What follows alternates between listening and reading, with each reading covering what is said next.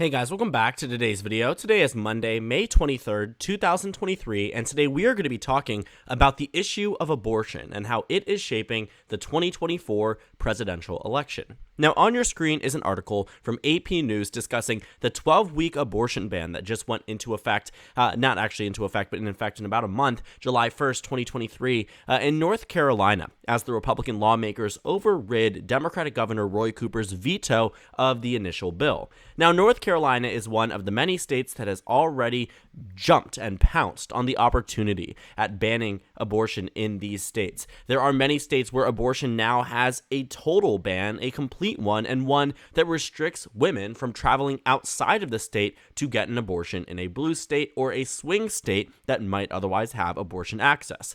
Now, this map is very similar to the 2020 presidential election results. You can see many of the states where abortion is legal or likely to be protected are states that Joe Biden and, in many cases, Hillary Clinton also won in 2016. On the flip side, what we see here is that the states where Donald Trump has won, these are states where abortion is now banned or bans are in the works. Now, the reason why we are bringing up this very salient issue is one, because it is very salient, but it is also one that is going to determine how many of these close and competitive races are going to be determined over the next couple of months. A year and a half from now, we'll know the outcome of the 2024 presidential election, and it will be very interesting to watch, especially looking at it this far in advance, knowing what these abortion bans did in the 2022 midterm elections and why they will impact the 2024 presidential.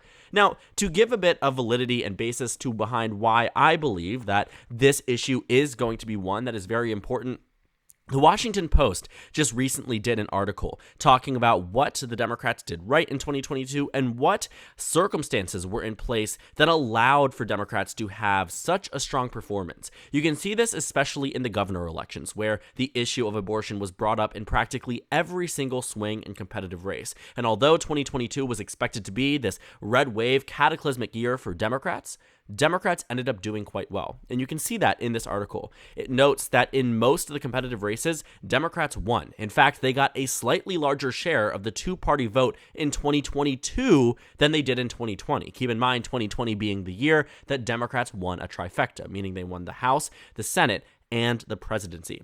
You will also see that in many of these contested races, turnout was up. You can see that voter registration amongst women in states such as Kansas and other states with abortion referendums on the ballot or not, that turnout also increased, specifically amongst female voters. Now, you will also find that in some cases, turnout was down. It wasn't uniform across the board like the 2020 election was.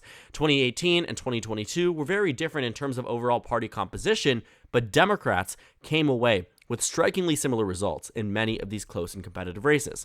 So, reflecting on the 2022 midterm elections, many analytical firms have been trying to figure out, okay, what went wrong for the GOP? So it seems here that based off of the Catalyst report, there were two major factors that influenced the 2022 election heavily.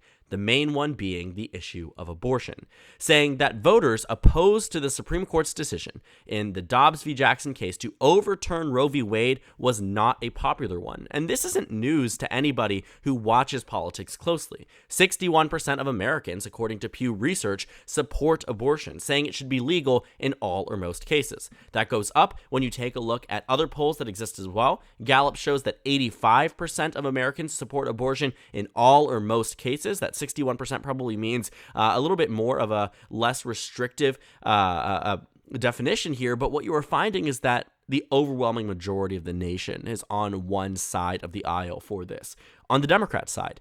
And you can find this to be a very good explanation for 2022. I mean, just looking at these races, Doug Mastriano in Pennsylvania, extremely pro-life, too extreme for the state. You can see in the state of Wisconsin here, Tim Michaels, pro-life for Wisconsin, too extreme for the state. That one went blue. Michigan, Tudor Dixon, very, very publicly pro-life in almost all cases, became a very important issue of the campaign, lost by 11 in a state Biden only won by 3.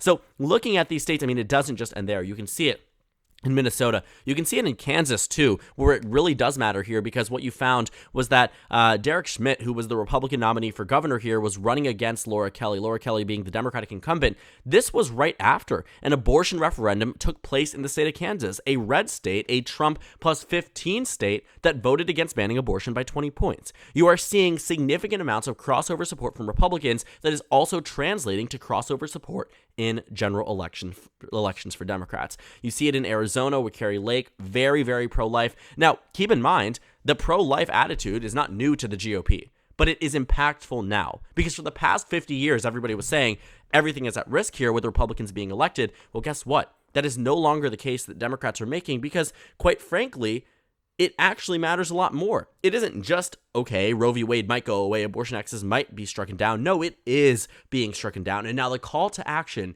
is very, very real. In recent special elections, especially in states with abortion bans, Democratic turnout is up.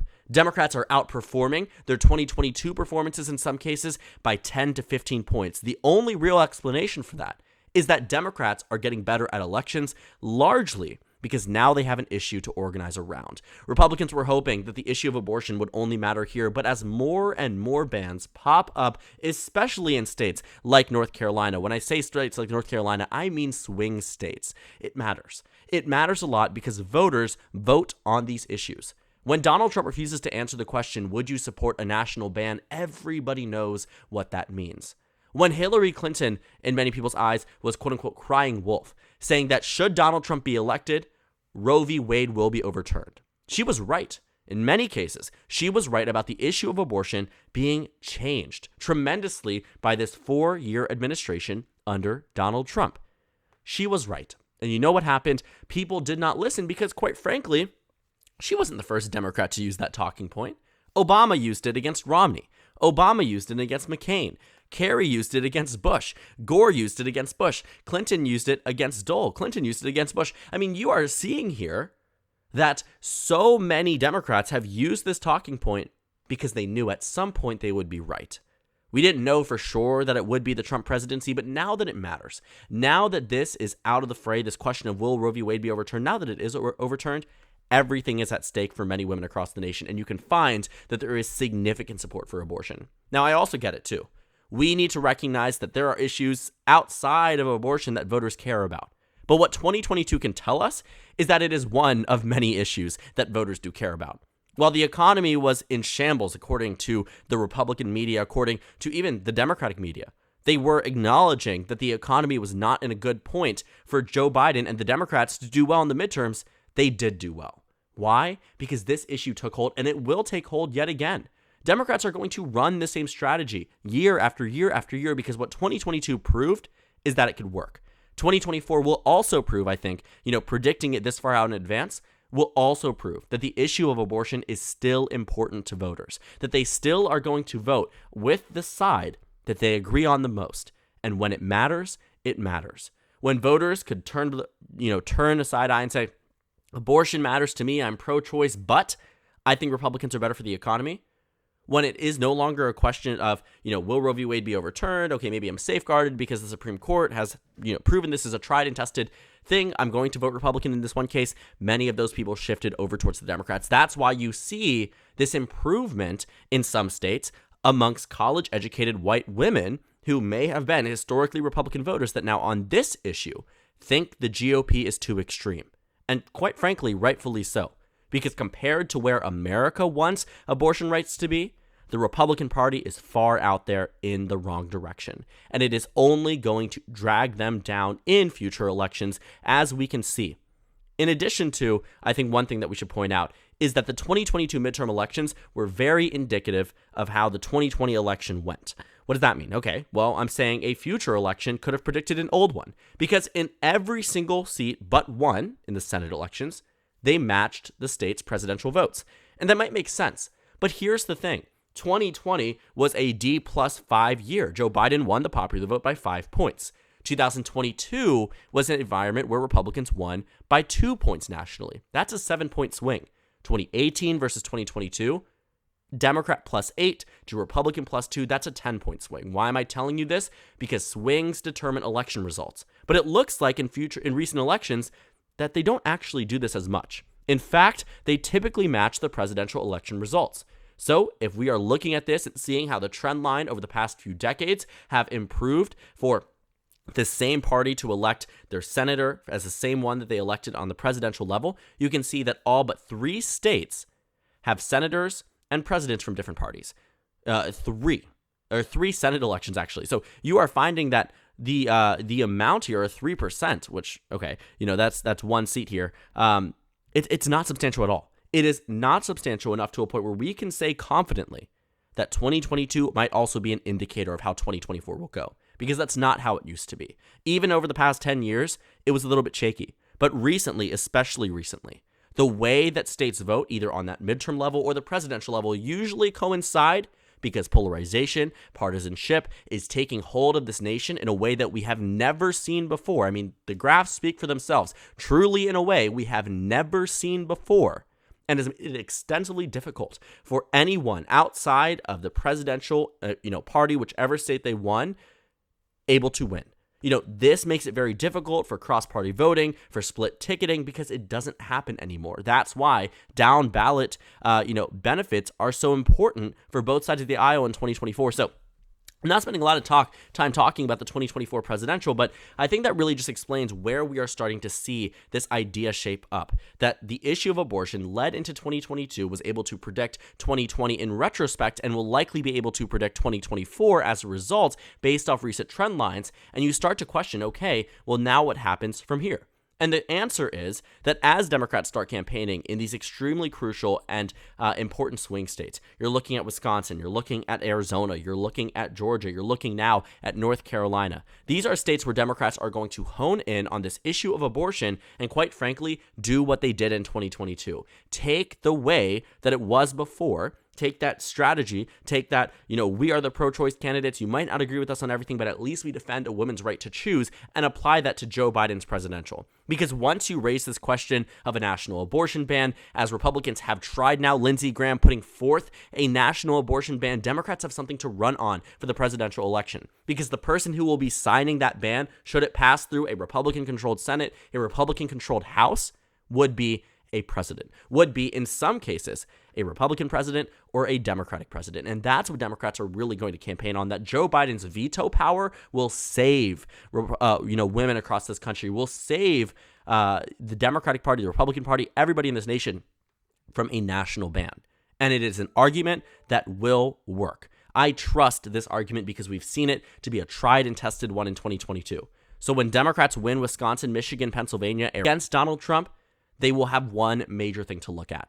While Donald Trump on his own is not a popular candidate, not a very strong one, I don't think he's the best of the best from the GOP. He is the presumptive nominee. He is the likeliest candidate to win the nomination, polling at the 60s and 70s at this point compared to the 40s and 50s just a few months ago. Donald Trump is on the rise, but what is also on the rise is the sentiment against Republicans. It's the sentiment against these abortion bans, and ones that will give Democrats such easy talking points. Because at the end of the day, the Republican Party is not winning this battle. They are not on the side of the American public, and for decades, the support for abortion has held strong. Since 1995 and 2022, the numbers are practically, no different. You see here there is no substantial difference in support between 1995 and 2022.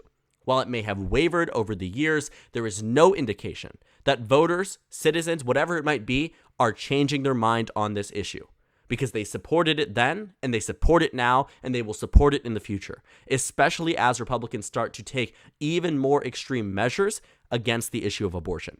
So for as long as the issue of abortion is one of the main priorities, one of the main issues, and Democrats can make it one through their messaging. If all they're talking about is abortion, Republicans have to respond to something. If all they're talking about abortion, the media has to put that up there because they can't cover things that aren't being talked about.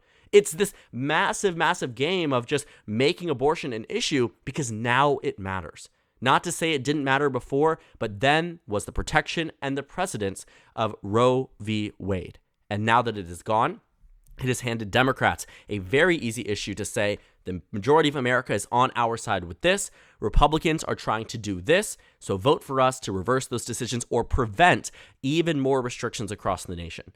And while it is a very simple argument, it's one that has been used over the past few elections. It is one that is going to be successful, and one that I could very well imagine in the states that matter now: Wisconsin, Michigan, Pennsylvania. Blue states from 22, blue states from 20 will be blue states in 24. Arizona, Georgia, Nevada, blue states in 20, then 22, and now 24. And North Carolina, I can imagine that as they see this democratically elected Democratic governor from the state try to use his veto power to push back against this Republican abortion ban, because of a party switch, they are able to overturn the governor's veto, and abortion is banned across the state of North Carolina. Voters will remember that. They'll remember that in the North Carolina governor election in 24. They'll remember that in the presidential election in 24. And that isn't to say that all of a sudden North Carolina is going to be this solid blue state, but for a state that was decided by just a percentage point in 2020, I could very well imagine a narrow amount of voters switching sides, or even more voters turning out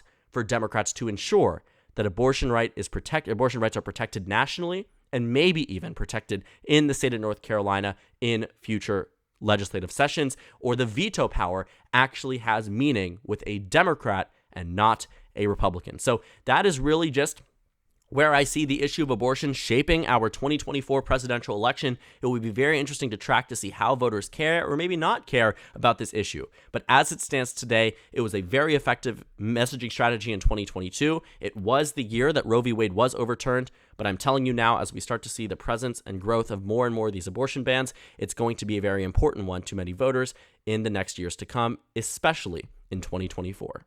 So thank you guys so much for watching this video. Make sure to comment down suggestions below. Subscribe on the left if you haven't already, and check out the Instagram and Twitter. At the bottom left of the screen, there's also a Discord server for you to go ahead and join. On the screen, there's a video you can watch, and then a playlist for my 2024 election analysis videos. Again, thank you guys so much for watching, and I will see you all tomorrow.